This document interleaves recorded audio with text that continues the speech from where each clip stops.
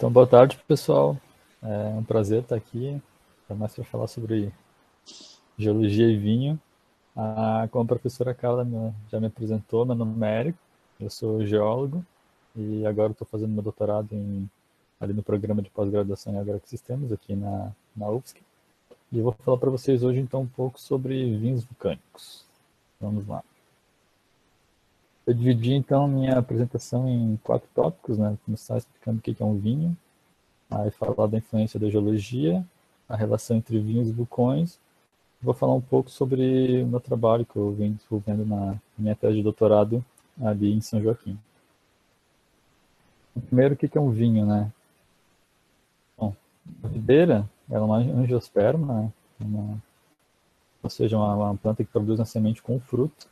Ela é da família das vitáceas, apresenta inúmeras espécies e variedades. Isso aqui eu tenho o ciclo anual dela, né? Uma ilustração, uma animação, e que conta então começa com a brotação, passando pelo crescimento, a floração, formação dos frutos, a maturação, a colheita, queda das folhas e a dormência. E começa tudo de novo, né? É uma planta de ciclo anual. E a uva, né? Ela é o fruto, então, da videira, uma baga geralmente doce, comestível in natura e do qual se faz o vinho. Eu vou ter 2 tipos principais de uva, as uvas de mesa, que geralmente são variedades americanas. Ela é um pouco maior, tem a casca mais fina e ela apresenta então essa polpa que a gente geralmente consome in natura, né? A gente vai no mercado e encontra ela. Outro tipo de uva seria essa uva, as uvas viníferas, né? Que são variedades europeias, que é a uva que a gente usa para fazer o que a gente chama de vinho fino.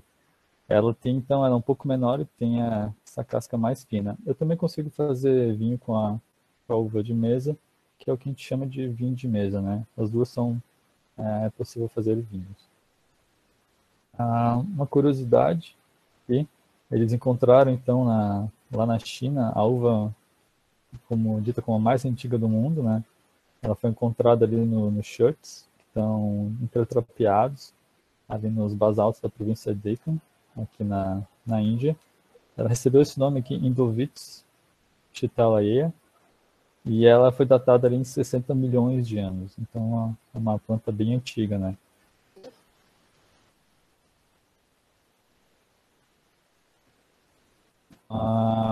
O vinho, propriamente dito, né?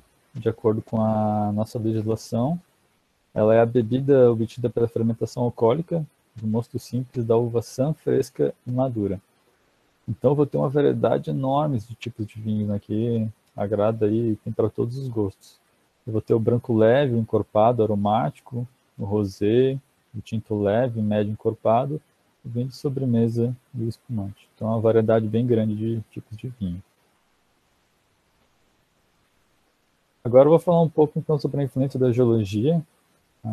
Quando a gente fala em vinho, a gente sempre se depara com esse termo aqui, terroir, que ele é definido então como ele se refere a uma área em que se desenvolve o conhecimento coletivo das interações entre o ambiente físico, né, a geodiversidade, o ambiente biológico, a biodiversidade identificável e as práticas vitivinícolas aplicadas, ou seja, o saber do viticultor, o que vai conferir então características distintas aos produtos originários dessa área.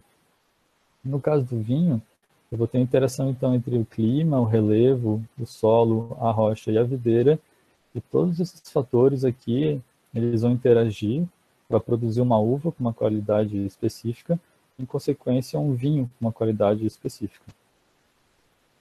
Então eu trouxe para vocês aqui um exemplo bem prático de como a geologia vai influenciar no vinho. Esse é um trabalho de Bauer e colaboradores de 2011. Ele foi realizado na região de Pfalz, na Alemanha, que fica aqui no estado da Renânia-Palatinado, que em alemão é Rheinland-Pfalz. E nesse estudo, eles avaliaram então a uva Riesling, tá? E essa uva branca aqui, que vai produzir um vinho que pode ter coloração desde um amarelo palha até um amarelo mais escuro. Em relação à produção mundial, a Alemanha representa ali 60%, da produção de Riesling, e a região de Pfalz representa 9% da produção mundial. O que eles descobriram nesse estudo, né?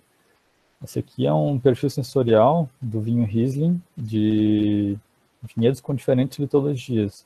Tá? São vinhedos que são cultivados pela mesma vinícola e a distância entre eles é apenas de 2 quilômetros. Então eles analisaram o vinho produzido no basalto e um vinho produzido no arenito. E o que eles descobriram foi que no vinho produzido do basalto, no Riesling, que foi produzido no terreno onde tem o basalto, ele apresenta as seguintes características: ele tem mais cor, ele vai ser mais doce e ele tem aromas de limão, toranja, pêssego, manga, maracujá, cantaloupe e mel. Já o vinho produzido onde eu vou ter o arenito, ele possui uma maior astringência, uma maior acidez, ele é mais azedo e apresenta aromas de feijão verde. Então essa é uma influência bem prática e direta que a gente pode observar como que a geologia vai influenciar então diretamente no vinho. Eu vou falar um pouco mais sobre essa influência quando eu for falar do meu trabalho aqui que estou desenvolvendo no meu doutorado. Mas esse aqui é um exemplo bem prático. Agora eu vou falar então sobre a relação entre vinhos e vulcões. O que seriam esses vinhos vulcânicos, né? São vinhos produzidos a partir de uvas cultivadas em solos que foram formados a partir do intemperismo de rochas vulcânicas. Então eu vou ter esses vinhos ao redor do mundo inteiro. Eu vou ter, por exemplo, nos Estados Unidos, ali no Napa Valley. Eu vou ter no Chile, ali no Vale Rapel. Eu tenho aqui no Brasil, na região de São Joaquim. Eu tenho, por exemplo, em Portugal, ali na Ilha do Pico. Eu vou ter na Itália, ali na encosta do vulcão Etna. Esse aqui é um rótulo bem legal, eu acho bem interessante como eles colocam no rótulo a geologia, assim, muitas vezes a geologia ela está ilustrada nos rótulos dos vinhos. E eu tenho também na Hungria, na região de Tokaj. Então eu não vou conseguir falar sobre todos os vinhos, eu vou falar sobre, até porque tem mais ao redor do mundo, né? Eu escolhi 3 vinhos, eu vou falar sobre esses 2 aqui primeiro, sobre o vinho da Ilha do Pico e na região de Tokaj, na Hungria, porque são vinhos que, além de serem cultivados em regiões onde eu tenho rochas vulcânicas, eles também são considerados como patrimônio cultural da Unesco.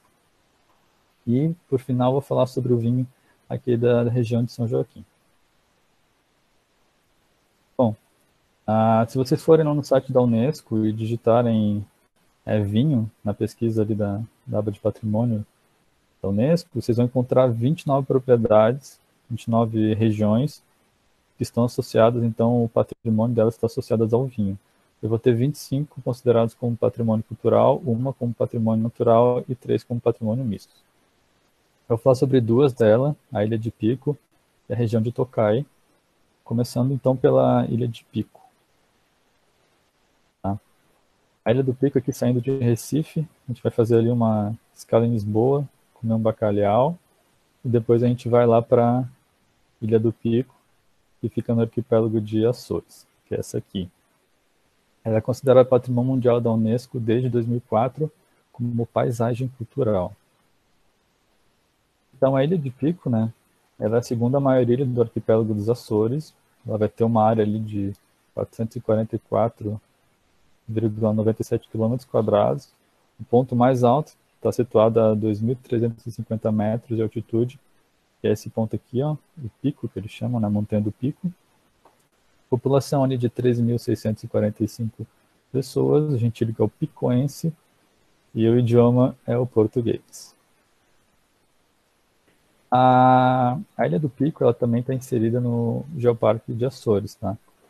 Ela vai ter então, aqui ao todo são 18 pontos de visitação.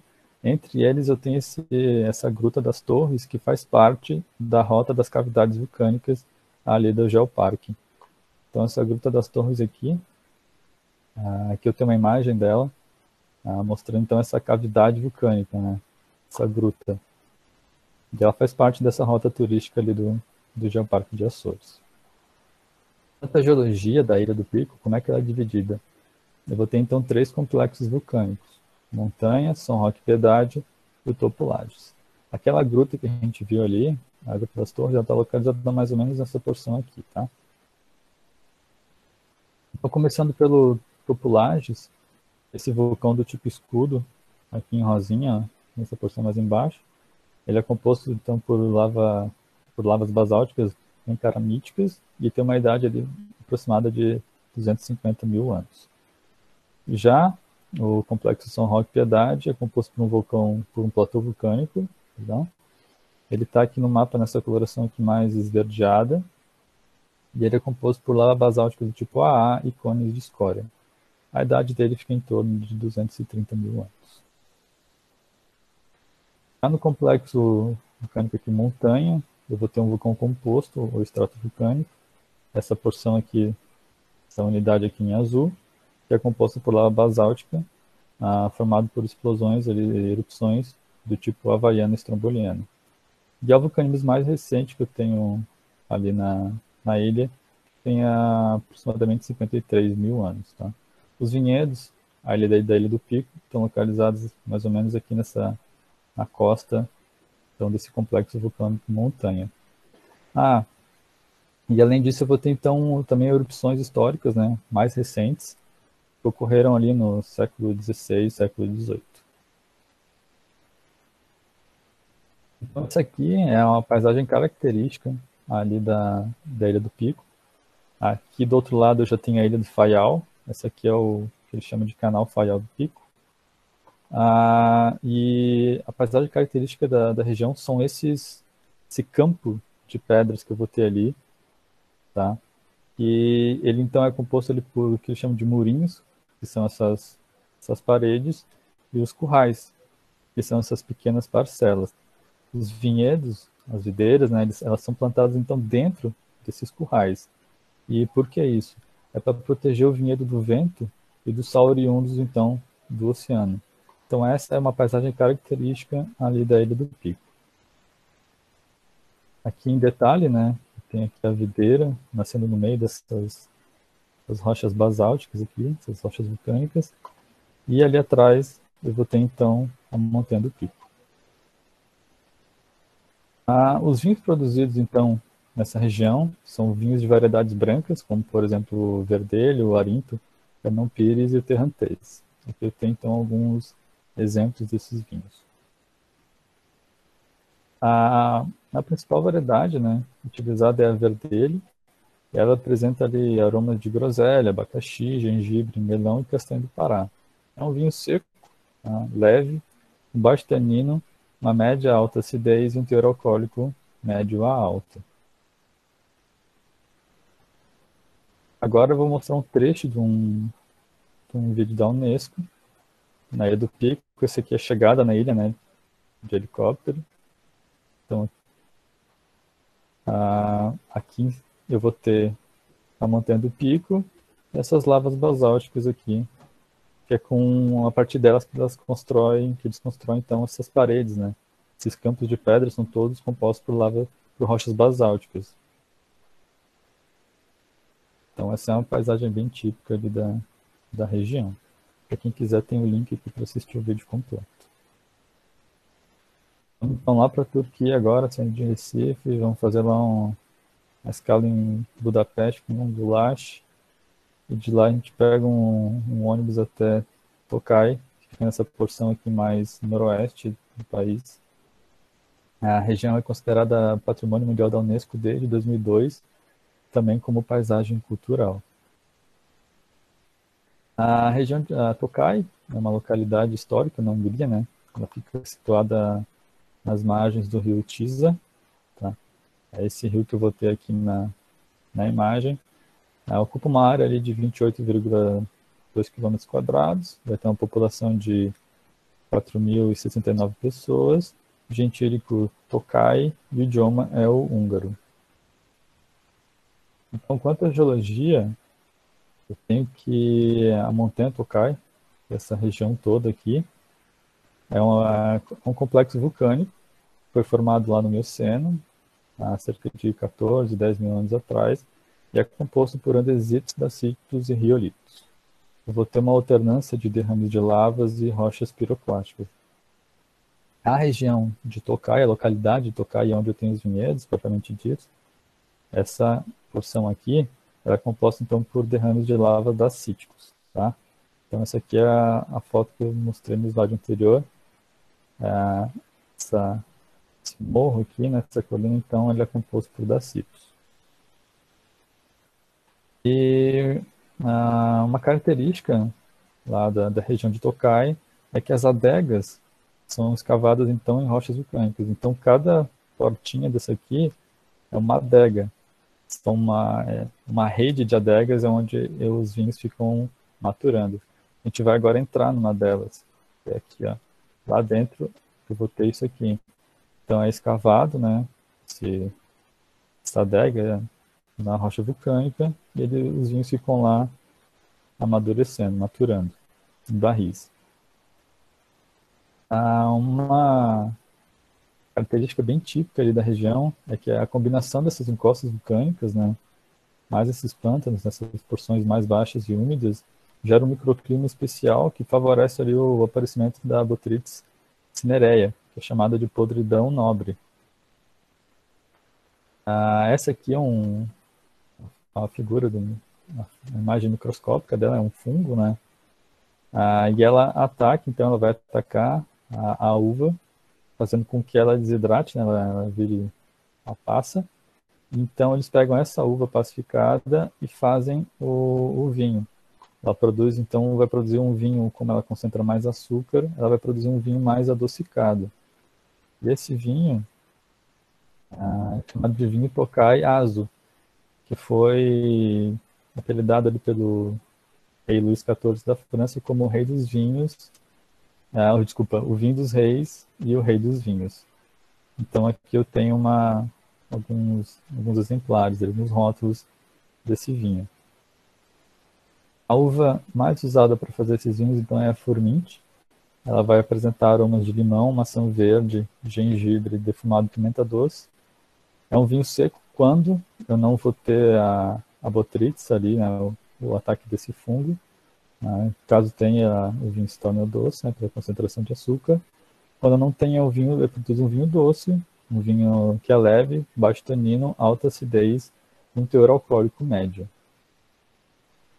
Aqui eu tenho um trecho também, um vídeo da Unesco, onde aparece então aqui o vinhedo ali, os vinhedos, na região de Tokai, sempre com essa neblina característica ali da região. E aqui eu vou ter uma imagem então ali dessa rede de adegas, esses túneis escavados nas rochas vulcânicas. Passando então para os vinhos vulcânicos de São Joaquim, a gente vai sair aqui eles vão sair de Recife, vão vir aqui para Santa Catarina, fazer uma escala em Florianópolis, comer uma tainha, e depois a gente vai então subir a serra até o município de São Joaquim. Indo de Florianópolis, né, eu tenho 3 caminhos bem turísticos, né, até chegar ao município de São Joaquim, que é esse aqui, o Tono em branco. Eu posso vir pela Serra do Rio do Rastro, que é essa aqui, pela Serra do Corvo Branco, aqui na imagem, ou então passar por Lages, que é onde ocorre a Festa Nacional do Pinhão. No município de São Joaquim, eu vou ter também a Festa Nacional da Maçã e a Vindima de Altitude, que é a festa da colheita da uva, que geralmente ocorre ali no mês de março. A região de São Joaquim, ela é famosa por produzir esses chamados vinhos de altitude. São vinhos produzidos com uvas cultivadas em altitudes acima de 850 metros. E no município ali são cultivadas variedades italianas, francesas e portuguesas, como por exemplo a Cabernet Sauvignon, o Merlot, Sauvignon Blanc, a Sangiovese, a Pinot Noir, Chardonnay, Montepulciano, a Cabernet Franc, a Vermentino e a Touriga Nacional, entre outros. E juntas vão ocupar uma área plantada ali de 138,19 hectares. São Joaquim é a maior região vitivinícola do estado de Santa Catarina. Ela tem uma maior área plantada. Aqui eu vou ter, então, alguns vinhedos ali do município de São Joaquim. No município, eu tenho o vinhedo mais alto do Brasil, está localizado ali a 1.441 metros. É o vinhedo da vinícola Iragami, esse aqui que eu tenho na foto. Essa foto da esquerda aqui eu vou ter no período da colheita. E nessa foto aqui no período de inverno, onde a videira faz a dormência, né? E onde também pode ocorrer em alguns anos a neve. A São Joaquim, ela é a região vitivinícola mais alta e fria do Brasil. Essa é uma característica bem típica da região. Quanto à relação à geologia, né, o município faz parte da província magmática Paranaítendeca, essa grande província magmática que vai ocupar grande parte do sul do Brasil, centro-oeste, uma porção do sudeste, centro-oeste e do sudeste. Também vai pegar ali o Paraguai, a Argentina e o Uruguai, e também a porção no lado africano, ali na Namíbia e na Angola. Então, aqui em verde, eu tenho essas rochas, são compostas por rochas vulcânicas básicas intermediárias, essa unidade aqui em verde. Tá? Essa unidade aqui em rosa e em roxo são rochas vulcânicas ácidas. E aqui em amarelo eu tenho rochas sedimentares pré-vulcanismo, né, pré esse evento anterior a esse evento magmático. E aqui nessa coloração aqui alaranjada eu vou ter uma sedimentação pós-vulcanismo. Então essas rochas foram formadas lá no Cretáceo Inferior, cerca de 134 milhões de anos, quando a América do Sul e a África ela ainda estavam coladas, ainda estavam juntas. Então foi um evento que precedeu a abertura do Oceano Atlântico Sul e a separação desses dois continentes.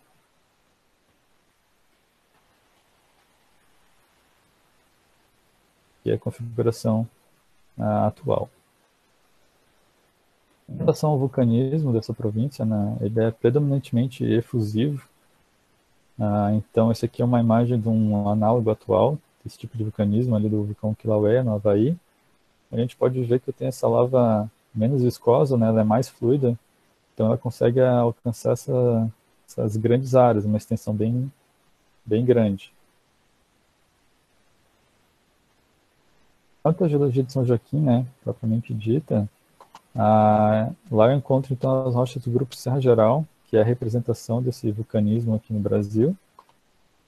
E eu vou ter duas unidades principais, que é a unidade vulcânica ácida, que é essa aqui em laranja no mapa. Ela é composta por dacitos, tem a composição ali em torno de 66, 69% de sílica. Que é essa rocha aqui, ó, eu tenho um exemplar, não, uma fotografia de um exemplar de lá. Macro, essa amostra está cerrada aqui, a escala está em 1 centímetro, mais ou menos. Então, é uma rocha que, uma das dificuldades que a gente tem no município ali é separar o que é basalto do que é dacito na mão. Então, geralmente, a gente faz o que? A gente vai para a lâmina, para poder identificar, ou quando a gente não consegue, a gente faz a geoquímica. Então, essa rocha, os dacitos são geralmente compostos ali por plagioclase, numa matriz rica em sílica, e os basaltos andesíticos, que fazem parte da unidade vulcânica básica, aqui em verde, a composição em torno de 53% de sílica, são compostos então por minerais de plagioclase, piroxênio e alguns minerais máficos. Minerais opacos, perdão. A unidade vulcânica ácida, então ela é composta por derrames de dacito baixo titânio, do tipo palmas. Ela pode ocorrer de forma com derrames lobados, como que eu tenho aqui nessa foto. Ou pode apresentar, então, disjunções tabulares, que são essas estruturas subhorizontais, ou então apresentar vesículas e amígdalas. Essas cavidades, que ora estão totalmente preenchidas, ora parcialmente preenchidas por minerais. Para a unidade vulcânica básica, eu vou ter os derrames de basalto andesítico, né? Tipo Hubble-Parrot, baixo titânio, do tipo gramado, e do tipo Parrot, derrames do tipo Parrot, baixo titânio, do tipo esmeralda. Aqui é um exemplo, então, desse derrame do tipo Parrot. A gente vai dar um zoom agora ali no topo dele. É característico, então, que esses derrames do tipo Hubble-Parrot são caracterizados, então, por esse topo brechado. Aqui eu tenho o topo dele, onde eu vou ter diversos fragmentos de rocha. Aqui eu tenho um fragmento, então, de rocha com vesículas e amidas que está dentro dessa mistura aqui, dessa brecha. Também, na unidade vulcânica básica, vou ter intrusões de composição basáltica, tá? Onde eu vou ter soleiras de alto titânio do tipo Urubici, Sdix, baixo titânio do tipo Esmeralda. Essas soleiras, então, apresentam essa característica típica, essas junções colunares, essas estruturas aqui subverticais. Então, quando eu comecei a fazer o trabalho, a minha primeira pergunta era se rochas diferentes produziam vinhos diferentes. Então, a minha pergunta, quando eu comecei a fazer esse trabalho, era se um vinho produzido no basalto seria diferente do vinho produzido no dacito. Essa foi a minha pergunta inicial. Aqui eu tenho dois exemplos, né, dos vinhos de dois vinhos da região. São os meus vinhos preferidos ali. Eu vou ter Sauvignon Blanc, da Vinícola Quinta da Neve, e o Cabernet Sauvignon da Vinícola Iragami. Por coincidência, ou não sei, quem sabe. Esse vinho que eu mais gosto, o vinho branco, ele é produzido no basalto, e o vinho tinto é produzido no dacito. Se isso tem relação, eu ainda não sei, estou para descobrir. E esse estudo, então, onde a gente tenta ver qual é a influência da geologia na viticultura, é o que é chamado de geologia do vinho. Mas não tem como falar de geologia sem falar em geomorfologia, né, no relevo, ou em pedologia, nos solos. Então, eu vou começar falando aqui para vocês um pouco sobre a influência da geologia na geomorfologia ali do município de São Joaquim. Então, lá no município eu vou ter duas unidades geomorfológicas principais, tá? Eu vou ter essa Planalto dos Campos Gerais, que é esse verde mais escuro, e o Planalto de Secado Rio Uruguai, que é esse verde aqui mais claro. Qual que é a diferença entre eles? O Planalto de Secado Rio Uruguai, que eu encontro aqui, ele tem um relevo mais acidentado, tá? E ele é geralmente encontrado onde eu vou ter, então, essa unidade vulcânica básica, onde eu tenho os basaltos. Já o Planalto dos Campos Gerais, ele tem esse relevo aqui mais plano, e ele é encontrado onde eu vou ter, então, os dacitos. Então, eu já consigo fazer uma correlação entre o tipo de relevo e o tipo de rocha que eu encontro na região. Em relação à declividade, lá no município, né, eu vou ter declividades desde de plano até escarpado. As menores declividades, os relevos mais planos, são encontrados nessas colorações aqui mais esverdeadas, enquanto que os maiores declives são encontrados nessas porções aqui mais alaranjadas, avermelhadas. Quase metade, né, do município de São Joaquim apresenta um relevo forte ondulado. Então, se eu for comparar o relevo que eu encontro, a declividade da unidade vulcânica ácida com a unidade vulcânica básica, a gente vê que mais de 80% da unidade vulcânica ácida tem declividades entre 3% e 45%. E a unidade vulcânica básica, mais de 80% tem declividades entre 8% e 75%. Então, relativamente, a unidade vulcânica ácida, ela é mais plana, tende a ser menos declivosa, né, ter menores declividades do que a unidade vulcânica básica. Qual que é a influência da declividade na viticultura, né? Bom, a primeira influência é na drenagem. Então, terrenos planos, né, com menos de 3% de declividade, eles vão facilitar a mecanização, mas eu posso ter problemas relacionados com solos mal drenados, principalmente se o meu solo apresentar uma textura argilosa. Então, eu vou ter aqui um exemplo de um relevo, um vinhedo, que ficou totalmente inundado. Outra influência da declividade é na erosão, né? Terrenos com maior declividade, acima de 20%, não são recomendados pelo risco de erosão ou pela dificuldade de mecanização. Aqui eu tenho um exemplo de um vinhedo que sofreu erosão devido a essa alta declividade. No entanto, existem maneiras de contornar essa questão, né? Em São Joaquim, por exemplo, os vinhedos são construídos, são plantados em patamares. é justamente ali para facilitar a mecanização e evitar a erosão do terreno. Em relação à orientação das encostas, em São Joaquim eu não vou ter um predomínio na orientação delas, então eu tenho encosta voltada para tudo que é lado, para norte, para sul, para todas as orientações. E a influência da orientação é principalmente na insolação, né? No hemisfério sul, a exposição do vento para norte, ele permite que as plantas recebam os raios solares por mais tempo e ainda ficam protegidas dos ventos frios do sul. E por que isso é importante? Porque a videira, para completar o seu ciclo vegetativo, ela precisa ali de 1.200 e entre 1.200 e 1.400 horas de sol por ano. Então, uma encosta voltada para o sol é fundamental para o bom desenvolvimento do fruto. Esse aqui é um exemplo da vinícola que eu fui lá no Canadá. Ela está no meio de um vale.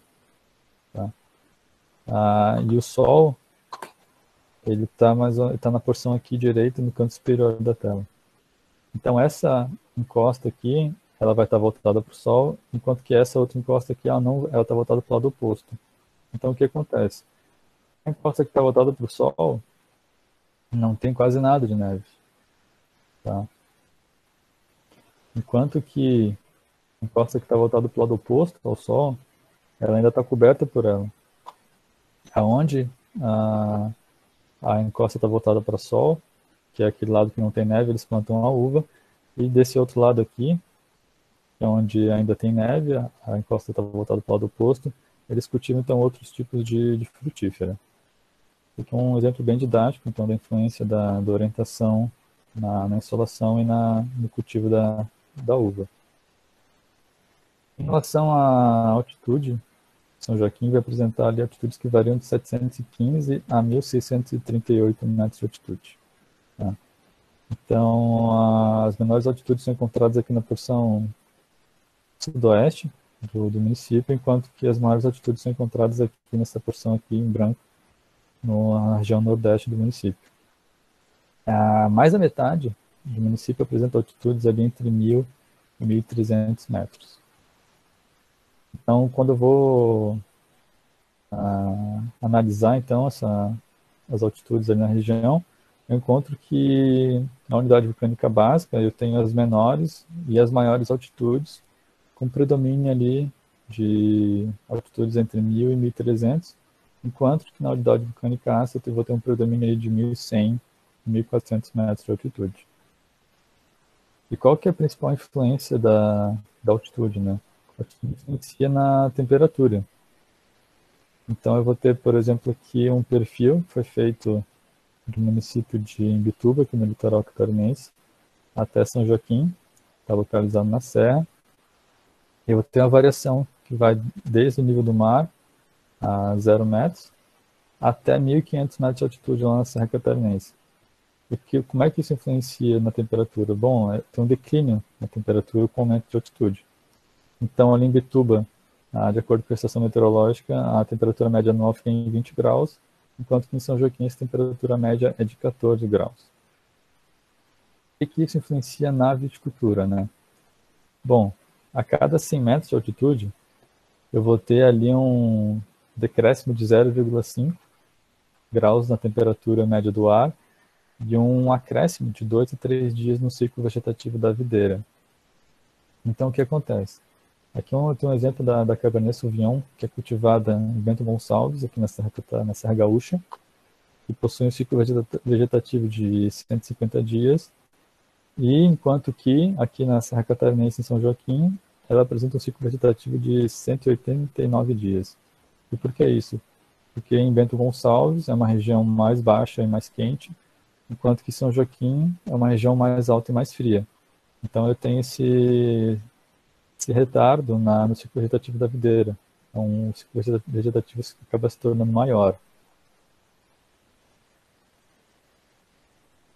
Então agora eu vou falar um pouco sobre a influência da geologia na pedologia, né, nos solos ali da região de São Joaquim. Ali no município eu vou ter um predomínio de cambissolos e neossolos litólicos. Tá? Os cambissolos são essa unidade aqui em laranja. E os neossólidos litólicos são essa unidade, que são essas várias unidades, perdão, em cinza. Então, tem um predomínio dessas duas classes de solos, também com a presença ali de nitossolos e gleissolos. Mas predomina esses dois tipos de solo. E, bom, os solos litólicos, né, são solos com um pouco desenvolvimento pedogenético. Eles não apresentam, então, horizonte B diagnóstico. Aqui eu tenho um exemplo dele, né, meu solo litólico olistrômbico fragmentário, onde a gente consegue ver que eu vou ter apenas horizonte A, logo abaixo eu vou ter um CR e a rocha. Então eu tenho esse contato lítico aqui com 37 centímetros. Então é um solo praticamente raso, pouco profundo. Já os cambissolos são solos em formação com horizonte bem incipiente. Então é um solo que vai apresentar então uma maior profundidade já. Mas ambos são solos jovens. Tá? Isso se deve em parte ao clima da região, que é um clima frio e que não favorece então o intemperismo. Os solos ali no município de São Joaquim também são solos pedregosos, que eu tenho a imagem de uma encosta lá na região, onde eu consigo ver então esses fragmentos de rocha aqui aflorando no meio dos solos.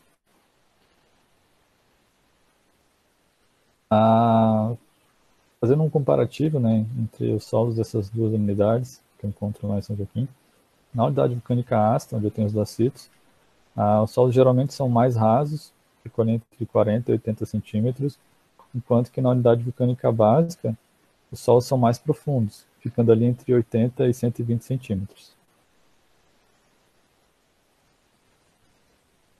Foi feita uma compilação dos dados das amostras de solos lá de São Joaquim. São cerca de 146 amostras ao todo, onde a gente encontrou algumas correlações entre o tipo de solo e o tipo de unidade, tipo de rocha que ele está associado.